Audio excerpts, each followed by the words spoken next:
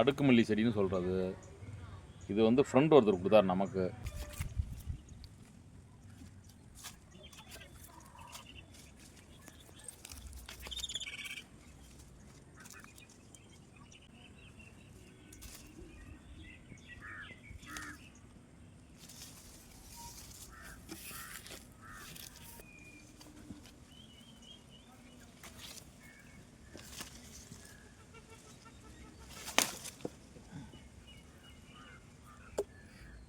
இந்த பூ வந்து இப்படி தான் இருக்கும். பூத்துச்சுன்னா இதுக்கு உரமோ மருந்தோ எதுவுமே தேவையில்லை.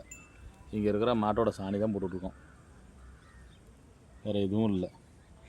உரம் மருந்து எதுவும் அவசியம் இல்லை, தேவையில்லை. செடியை பார்த்தா உங்களுக்கு தெரியும் எந்த பூச்சி கீச்சி எதுவும் அடிச்சிருக்காது பாருங்கள். நல்லா பளிச்சுன்னு இருக்கும்.